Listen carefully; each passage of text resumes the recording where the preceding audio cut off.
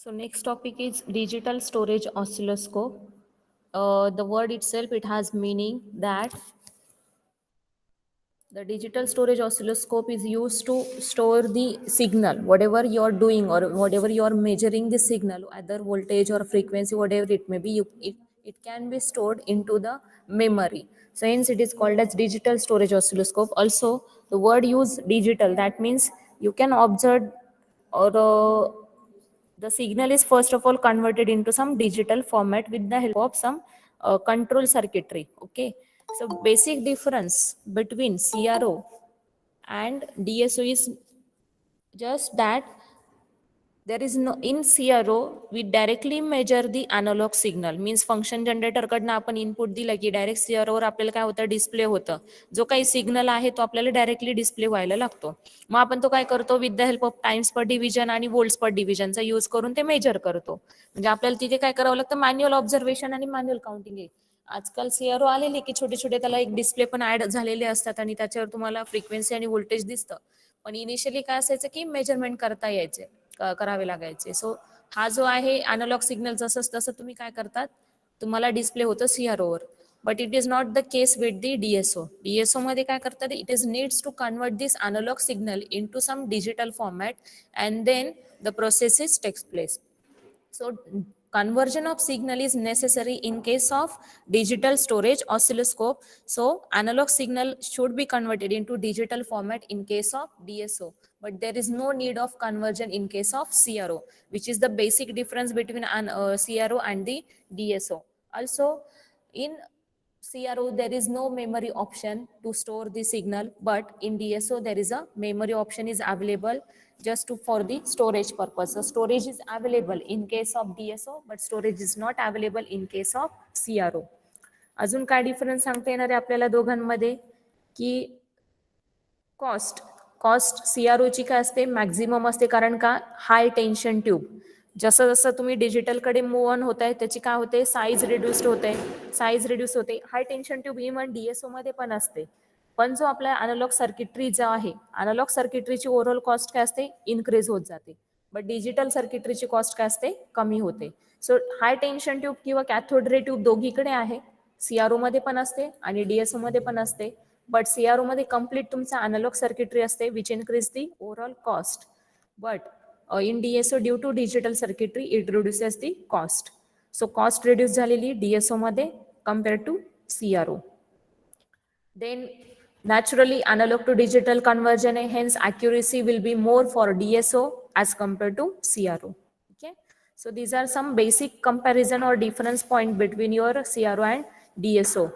So याच्यासाठी आपल्याला काय, this is nothing but the basic building block diagram of DSO. जशी आपण CROची बघितली तशीच आहे. जवळपास आपल्याला जो मेन पोर्शन आहे कॅथोड रे ट्यूब हा सेम आहे, which is similar to CRO, जो ऑलरेडी मी एक्सप्लेन केलेला आहे तुम्हाला. त्यानंतर वेवफॉर्म रिकन्स्ट्रक्शन आणि हॉरिझॉन्टल अँप्लिफायर. इकडनं एक अँप्लिफायर आहे which acts like a vertical amplifier and this one is your horizontal amplifier. Okay, so horizontal amplifier is connected to horizontal deflection plate and vertical amplifier is connected to vertical deflection plate just to trace the signal. So display होताना इथे तुम्हाला बरोबर same जसं sine wave असेल तर sine wave, square wave असेल तर square wave, आणि हॉरिझॉन्टल ट्रेसिंगसाठी तुम्ही यूज करताय time based generator. So same option operation takes place with this time based generator also. जसं प्रिव्हियस आपण CRO मध्ये बघितलं होतं, CRO मध्ये टाइम बेस्ड जनरेटर मध्ये काय होतं की एक ट्रिगर सर्किट होता जिथून तुम्ही इंटरनल, एक्सटर्नल आणि लाईन ट्रिगरिंग देत होते. इंटरनल ट्रिगरिंग अँप्लिफायर कडनं यायचं, एक्सटर्नल ट्रिगरिंग तुम्ही एक्सटर्नल सोर्स कडनं द्यायचे, आणि लाईन ट्रिगरिंग जे काही सप्लाय व्होल्टेज किंवा पॉवर सप्लाय आहे, पॉवर सप्लाय कडनं व्हायचं. आणि त्यानुसार तुमचं स्वीपिंग व्हायचं, स्वीपिंग ऑपरेशन होत होतं. स्वीपिंग मध्ये कोणते होते, सॉटूथ स्वीपिंग होतं, नॉन सॉटूथ स्वीपिंग होतं, आणि कोणता होता, रिकरंट स्वीपिंग होता. रिकरंट स्वीपिंग मध्ये general sawtooth wave form continuously तुम्हाला डिस्प्ले होतं, ते म्हणजे it is use to just trace the horizontal signal continuously. So continuous ट्रेसिंगसाठी तुम्ही हा स्वीपिंग यूज करत होते. नॉन सॉटूथ स्वीपिंग मध्ये काय येत होतं, we are when there is a need of comparison between two signals, means frequency measurement असेल किंवा phase measurement असेल, in that case you are going to use the not sawtooth waveform sweeping. and the triggered sweeping मध्ये काय होतं की फक्त some time interval, जसं square wave मध्ये ह्या इन्स्टंटला किंवा हा जो ड्युरेशन आहे या ड्युरेशन पुरताच मला काय लागत होतं, स्वीपिंग होत होतं. नंतर ह्या ड्युरेशन पुरता निगेटिव्ह साईडला.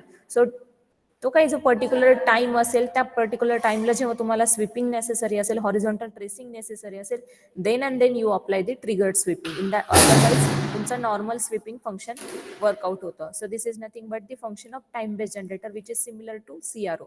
सो इथलं फंक्शन सेम आहे. Whatever the sweep signal is then applied to horizontal amplifier for performing or to boost the signal. कारण हा काय असतो तुमचा ऑपरेट होऊन आल्यानंतर थोडासा सिग्नल रिड्यूस झालेला राहतो, तो तुम्हाला प्रॉपरली अँप्लिफाय करायचा असतो इन हॉरिझॉन्टल मॅनर.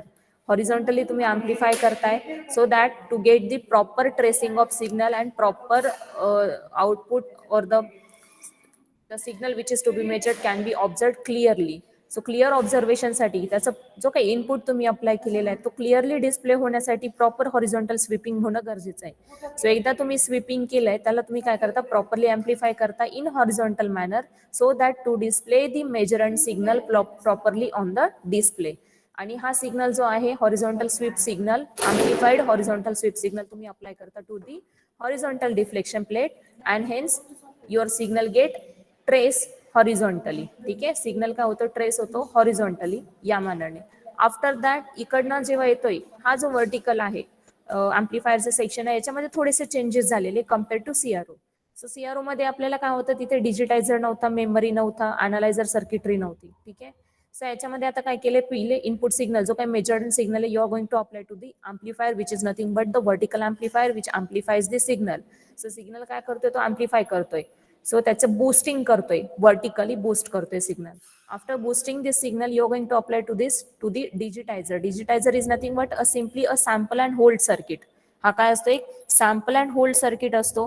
म्हणजेच काय करतोय की जे काही तुम्ही इनपुट दिले, फॉर एक्झाम्पल तुम्ही काय केलंय, साईन वेव्ह अप्लाय केलेली. ठीक आहे, साईन वेव्ह अप्लाय केलेली आणि त्याला तुम्ही काय करताय, एक्सटर्नल डिजिटायझरला एक पल्स अप्लाय केलेली असते.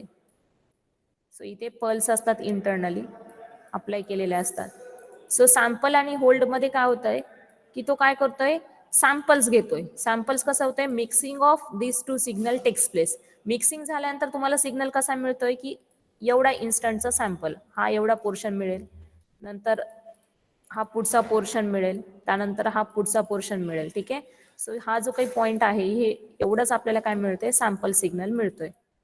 त्यानंतर पुढे प्रोसेस होते त्याची क्वांटायझेशन, अप्रॉक्सिमेशन होतं. म्हणजेच मला इथे सॅम्पल सिग्नल कसा मिळेल, या मॅनरने की मी काही इन्स्टंट फक्त त्यातले उचललेले आहेत. So sampling means to convert the continuous time signal into discrete time signal. Discrete time signal म्हणजे काय की I am considering only some instant. Instant कोणते, with respect to pulse duration, जेवढा ड्युरेशन आहे तेवढं त्याचा मी घेणार. सो पुढे हे जे सॅम्पल्स मी चूज केलेले होते कंटिन्युअस टाइम सिग्नल मधले, जे मला मेजर करायचे, त्याला मी पुढे काय केलं, I am going to convert it into some approximate range.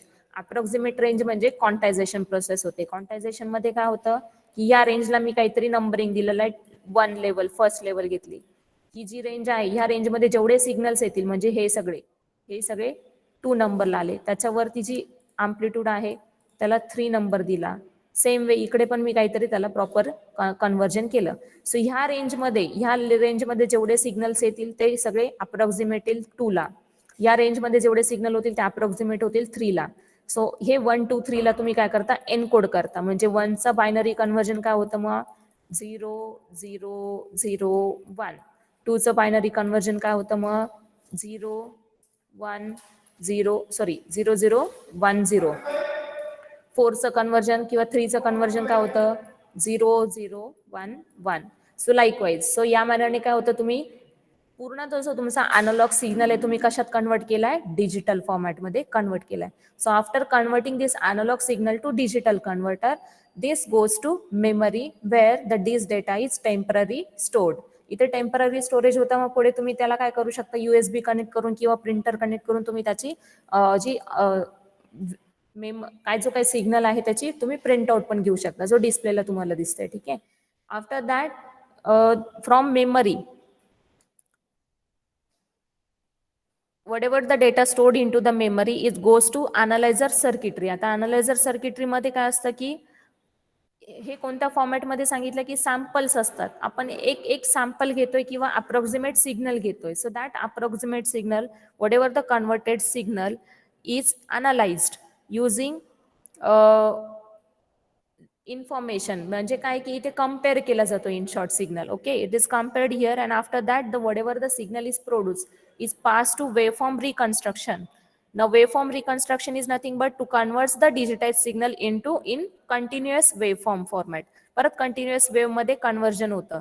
So याच्यामध्ये वेवफॉर्म रिकन्स्ट्रक्शन म्हणजे जे काही सॅम्पल सिग्नल होता, आपण जो काही सॅम्पल्स घेतले होते, हे सगळे सॅम्पल्स परत कशात कन्वर्ट होता, परत तुमच्या नॉर्मल साईन वेव्ह मध्ये होतात, कन्व्हर्जन होतं. सो परत तुमचं इथे मग फक्त मेमरी कशासाठी, इथे मेमरी पुरता आपण हा काय करतोय, अनालॉग टू डिजिटल कन्व्हर्जन करतोय, so that to store the data.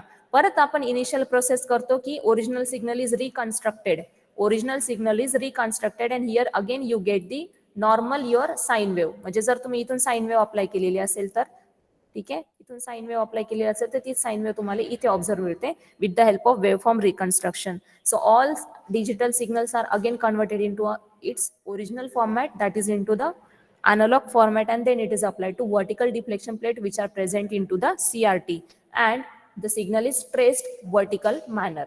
So या मार्गाने मग तुम्हाला काय मिळते, डिस्प्लेला साइन वेव्ह अप्लाय केली असेल तर साइन वेव्ह मिळते. So this is nothing but the basic function of digital storage oscilloscope. कळाला? सो ऍडव्हान्टेजेस काय आहे की memory storage is available, it is less expensive and circuitry is very simple and good accuracy. These are the basic advantages of DSO.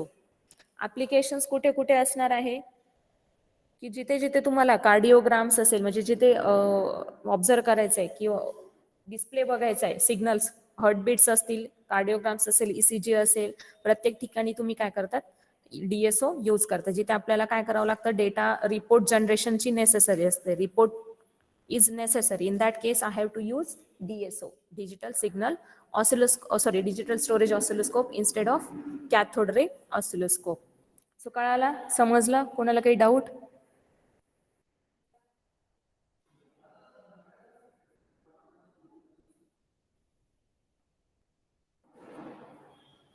No, ma'am. Okay,